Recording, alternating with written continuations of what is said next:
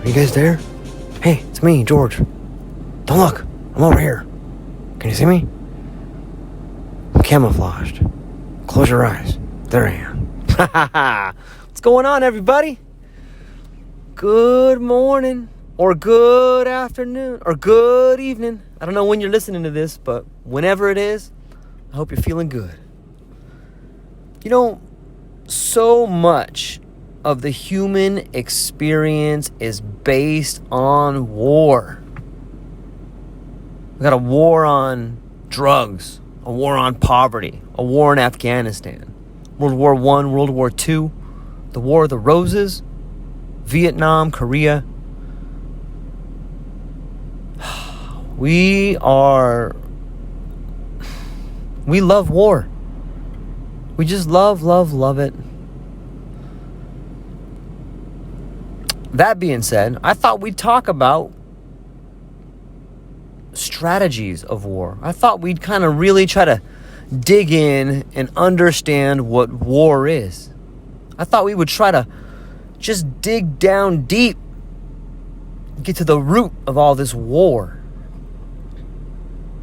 One way to do that is to consult with one of the greatest military strategists of all time, a Mr. Karl von Clausewitz, one of Napoleon's greatest generals. He wrote a book called On War. I thought we'd go over a little bit of it here, just to see what you guys think.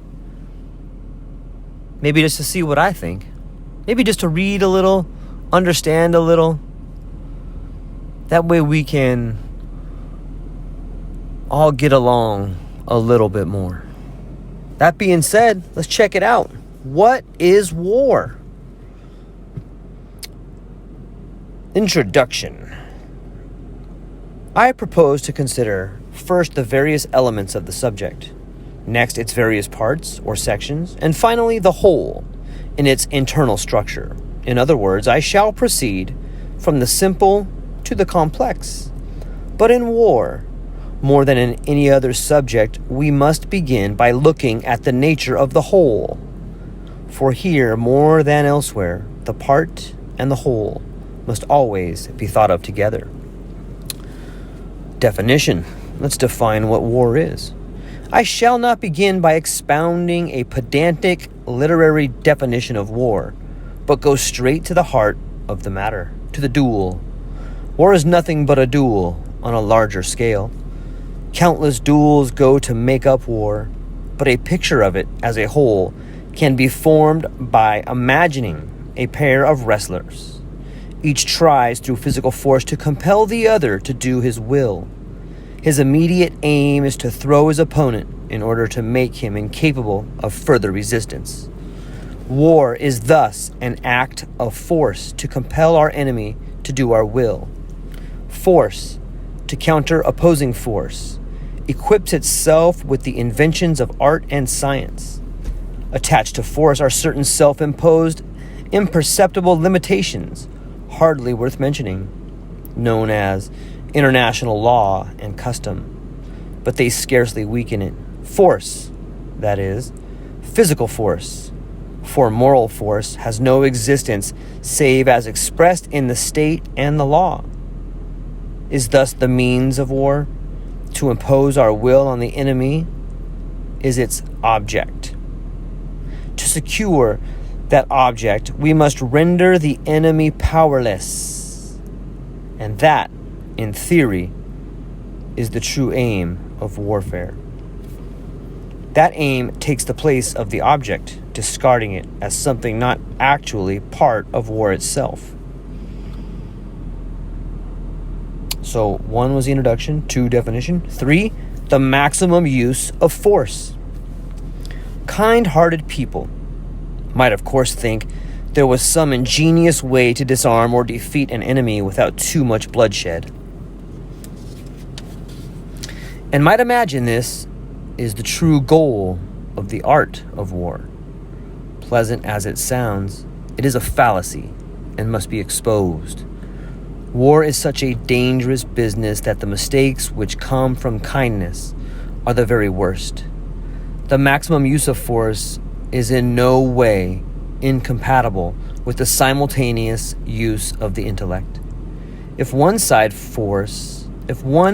uses force without compunction, undeterred by the bloodshed it involves, while the other side refrains, the first will gain the upper hand. That side will force the other to follow suit. Each will drive its opponent toward extremes, and the only limiting factors are the counterposes inherent in war. This is how the matter must be seen. It would be futile, even wrong, to try and shut one's eyes to what war really is, from sheer distress at its brutality.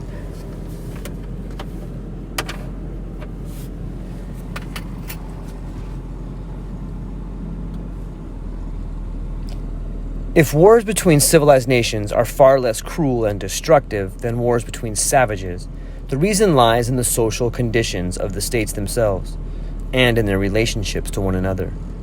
These are the forces that give rise to war. The same forces circumscribe and moderate it. They themselves, however, are not part of war. They already exist before fighting starts. To introduce the principle of moderation into the theory of war itself would always lead to logical absurdity.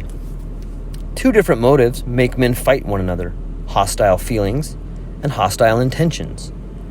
Our definition is based on the latter, since it is the universal element. Even the most savage, almost instinctive, passion of hatred cannot be conceived as existing without hostile intent. But hostile intentions are often unaccompanied by any sort of hostile feelings, at least by none that predominate. Savage peoples are ruled by passion, civilized peoples by the mind. The difference, however, lies not in the respective natures of savagery and civilization, but in their attendant circumstances, institutions, and so forth. The difference, therefore, does not operate in every case, but it does in most of them. Even the most civilized of peoples, in short, can be fired with passionate hatred for each other. Consequently, it would be an obvious fallacy to imagine war between civilized peoples as resulting merely from a rational act on the part of their governments, and to conceive of war as gradually ridding itself of passion, so that in the end, one would never really need to use the physical impact of the fighting forces. Comparative figures of their strength would be enough. That would be a kind of war by algebra. Theorists were already beginning to think along such lines when the recent wars taught them a lesson. If war is an act of force, the emotions cannot fail to be involved. War may not spring from them, but they will still affect it to some degree.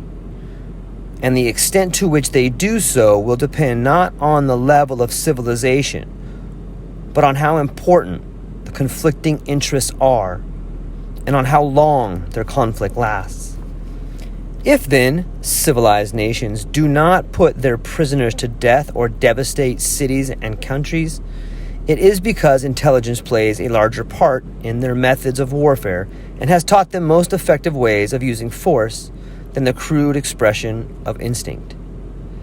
The invention of gunpowder and the constant improvement of firearms are enough in themselves to show that the advance of civilization has done nothing practical to alter or deflect the impulse to destroy the enemy, which is central to the very idea of war. The thesis, then, must be repeated. War is an act of force, and there is no logical limit to the application of that force. Each side, therefore, compels its opponent to follow suit. A reciprocal action is started, which must lead, in theory, to extremes. This is the first case of interaction and the first extreme we meet with. Number 4. What do you guys think so far? Pretty in-depth, right? I thought so. Number 4, the aim is to disarm the enemy. I have already said that the aim of warfare is to disarm the enemy, and it is time to show that, at least in theory, this is bound to be so. If the enemy is to be coerced, you must put him in a situation that is even more unpleasant than the sacrifice you call on him to make. The hardships of that situation must not, of course, be merely transient, at least not in appearance. Otherwise, the enemy would not give in, but would wait for things to improve. Any change that might be brought about by continuing hostilities must then, at least in theory, be of a kind to bring the enemy still greater disadvantages. The worst of all conditions in which a belligerent can find himself is to be utterly defensive. Consequently, if you are to force the enemy by making war on him to do your bidding, you must either make him literally defenseless, or at least put him in a position that makes this danger probable. It follows then that to overcome the enemy or disarm him, call it what you will, must always be the aim of warfare. Let's read that last sentence again. It follows then that to overcome the enemy or disarm him must always be the aim of warfare. So what is the aim of warfare? Always? To overcome or disarm your enemy.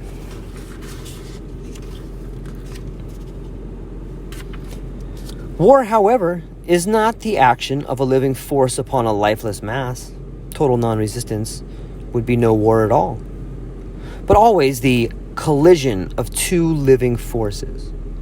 The ultimate aim of waging war, as formulated here, must be taken as applying to both sides. Once again, there is interaction. So long as I have not overthrown my opponent, I am bound to fear he may overthrow me. Thus I am not in control.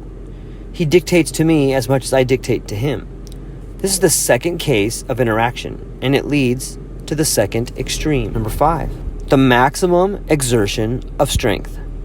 If you want to overcome your enemy, you must match your effort against his power of resistance, which can be expressed as the product of two inseparable factors: the total means at his disposal and the strength of his will. The extent of the means at his disposal is a matter, though not exclusively, of figures and should be measurable. But the strength of his will is much less easy to determine and can only be gauged approximately by the strength of the motive animating it. Assuming you arrive in this way at a reasonably accurate estimate of the enemy's power of resistance, you can adjust your own efforts accordingly. That is, you can either increase them until they surpass the enemy's, or, if this is beyond your means, you can make your efforts as great as possible. But the enemy will do the same. Competition will again result, and in pure theory, it must again force you both to extremes. This is the third case of interaction and the third extreme.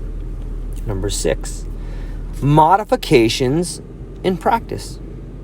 Thus, in the field of abstract thought, the inquiring mind can never rest until it reaches the extreme, for here it is dealing with an extreme, a clash of forces freely operating and obedient to no law but their own. From a pure concept of war, you might try to deduce absolute terms for the objective you should aim at and for the means of achieving it.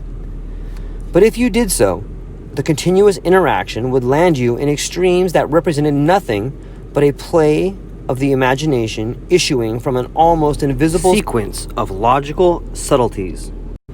If we were to think purely in absolute terms, we could avoid every difficulty by a stroke of the pen and proclaim with inflexible logic that, since the extreme must always be the goal, the greatest effort must always be exerted.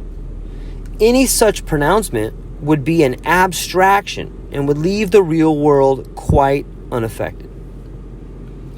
Even assuming this extreme effort to be an absolute quantity that could easily be calculated, one must admit that the human mind is unlikely to consent to being ruled by such a logical fantasy. It would often result in strength being wasted. which is contrary to other principles of statecraft.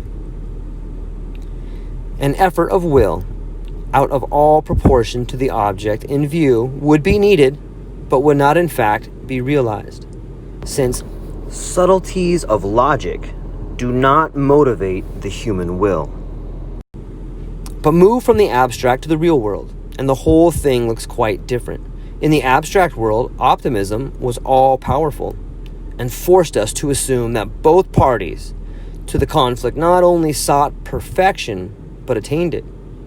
Would this ever be the case in practice? Yes, it would if A, war were a wholly isolated act occurring suddenly and not produced by previous events in the political world. B, it consisted of a single decisive act or a set of simultaneous ones. C, the decision achieved was complete and perfect in itself, uninfluenced by any previous estimate of the political situation it would bring about. All right, number 7. War is never an isolated act. As to the first of these conditions, it must be remembered that neither opponent is an abstract person to the other, not even to the extent of the factor in the power of resistance, namely the will, which is dependent on externals. The will is not a wholly unknown factor. We can base a forecast of its state tomorrow on what it is today. War never breaks out wholly unexpected, nor can it be spread instantaneously. Each side can therefore gauge the other to large extent by what he is and does, instead of judging him by what he, strictly speaking, ought to do or be.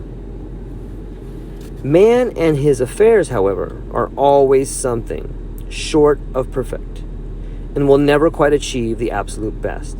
Such shortcomings affect both sides alike and therefore constitute a moderating force. Number 8. War does not consist of a single short blow.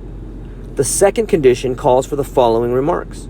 If war consisted of one decisive act, or of a set of simultaneous decisions, preparations would tend toward totality, for no omission could ever be rectified.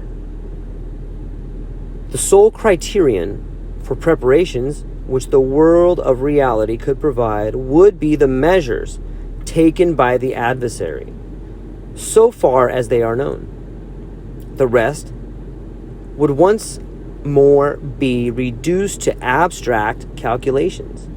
But if the decisions in war consist of several successive acts, then each of them, seen in context, will provide a gauge for those that follow.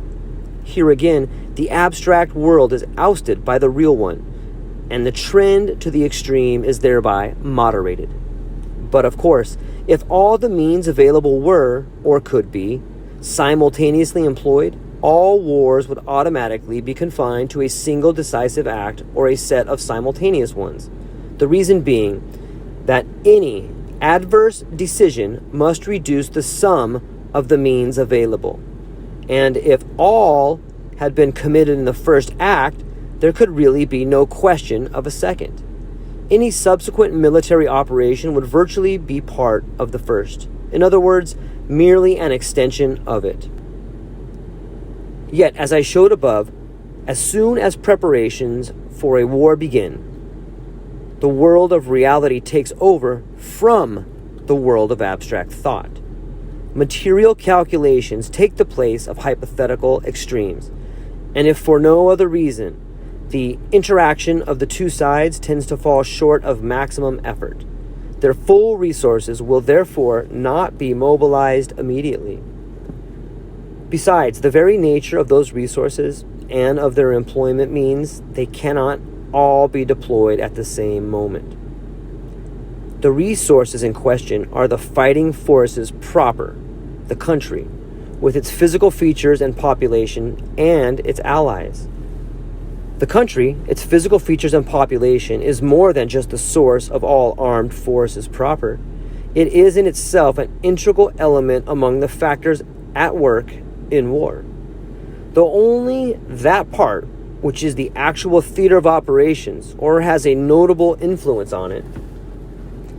It is possible, no doubt, to use a mobile fighting forces simultaneously, but the fortresses, rivers, mountains, inhabitants, and so forth, that cannot be done, not, in short, with the country as a whole, unless it is so small that the opening action of the war completely engulfs it.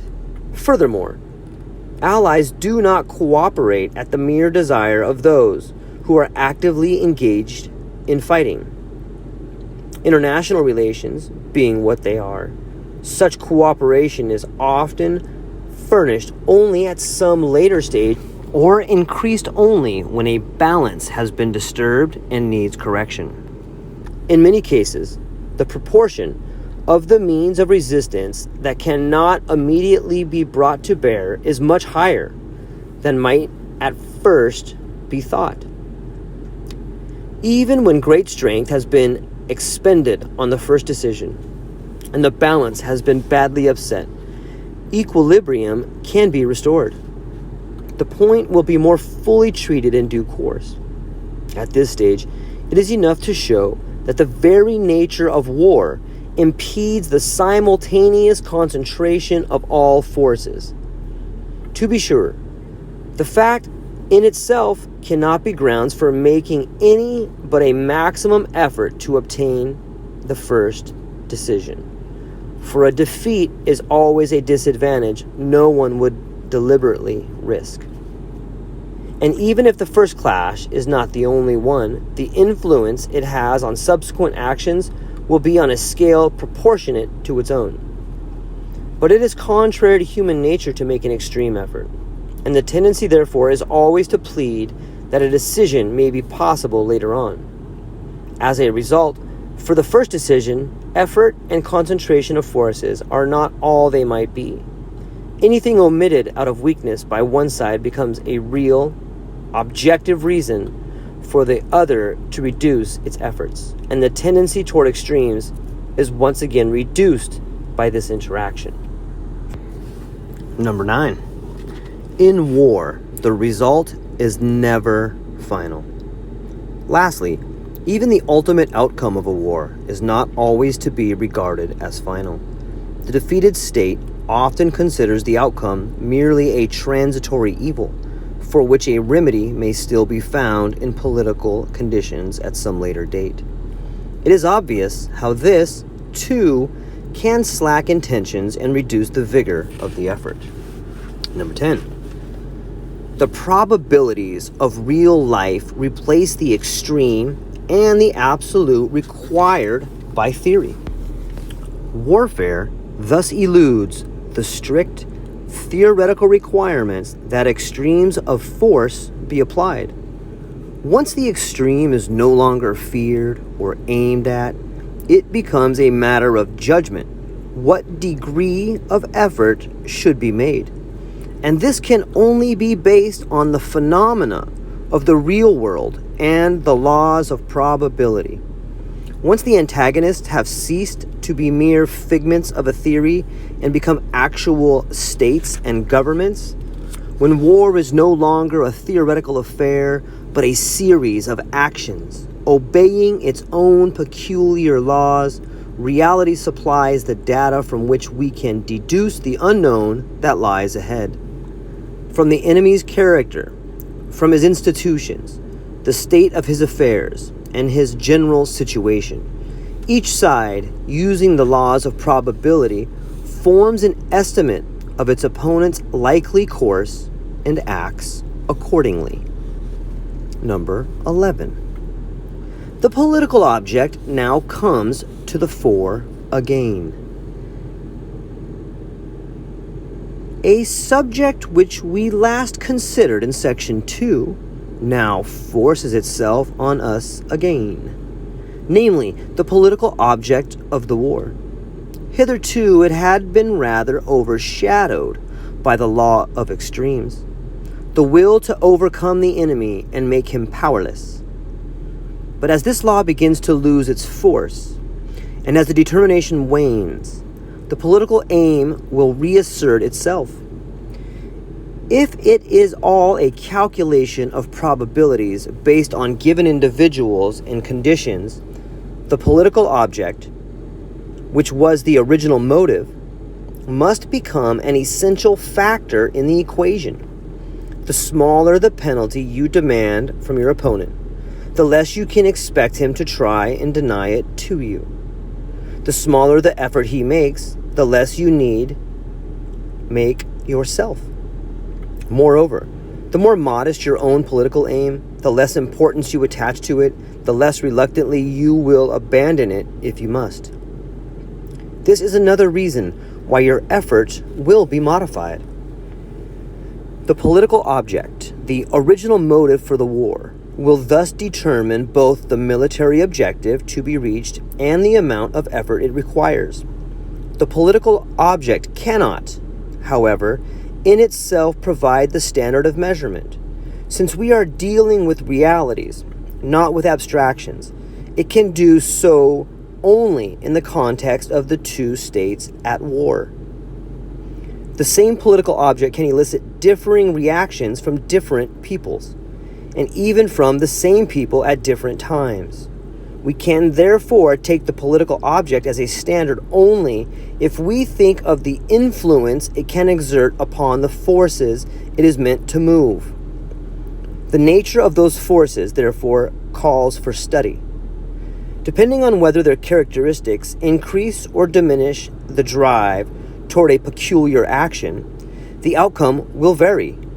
Between two peoples and two states, there can be such tensions, such a mass of inflammable material, that the slightest quarrel can produce a wholly disproportionate effect, a real explosion. This is equally true of the efforts a political object is expected to arouse in either state, and of the military objectives which their policies require. Sometimes, the political and military objective is the same. For example, the conquest of a province. In other cases, the political object will not provide a suitable military objective. In that event, another military objective must be adopted that will serve the political purpose and symbolize it in the peace negotiations. But here, too, attention must be paid to the character of each state involved. There are times when, if the political object is to be achieved, the substitute must be a good deal more important. The less involved the population and the less serious the strains within states and between them, the more political requirements in themselves will dominate and tend to be decisive. Situations can thus exist in which the political object will almost be the sole determinant. Generally speaking, a military objective that matches the political object in scale will, if the latter is reduced, be reduced in proportion. This will be all the more so as the political object increases its predominance. Thus, it follows that without any inconsistency, wars can have all degrees of importance and intensity, ranging from a war of extermination down to simple armed observation. This brings us to a different question, which now needs to be analyzed and answered. All right, ladies and gentlemen, there's 11 points right there from our good friend, Mr. Karl von Clausewitz. Let me go ahead and just give you the key points again so you can have them fresh in your mind as you go through your today and you go through your battles today and you win the wars on your mind today. We're all in wars. We're always in some sort of psychological war with ourselves, with people around us, even if, let's define war as a battle of ideas. Because we're all in that war. We're all trying to win the battle of ideas. We're all trying to make people around us better. We're all trying to make people we love have a better life, and we're trying to make our life better at the same time. And in order to do that, sometimes you have to have a battle of ideas with yourself, and you have to win that war. So if you understand what war is, I'm hoping that these key points will, in fact, help you understand what we do in our daily lives and what the countries around us are doing. I'm hopeful it brings some insight to you. This is part 1. We have another 12 points to go through. So we'll call this the part 1. Let me give you the key points, though. And then you can just have those as a kind of a refresher. And here's what we went over. We defined war as an active force to compel our enemy to do our will. We went through some key points in the maximum use of force. We went through the aim is to disarm the enemy. The maximum exertion of strength. We went through modifications in practice. We went through the fact war is never an isolated incident. War does not consist of a single short blow. In war, the result is never final. The probabilities of real life replace the extreme and the absolute required by theory. The political object now comes the foe again. And that's where we left off, ladies and gentlemen. Let me ask you a question. Who loves you? Who loves you, baby? I do. It's me, George, that loves you. All right? Use these the best you can. Aloha.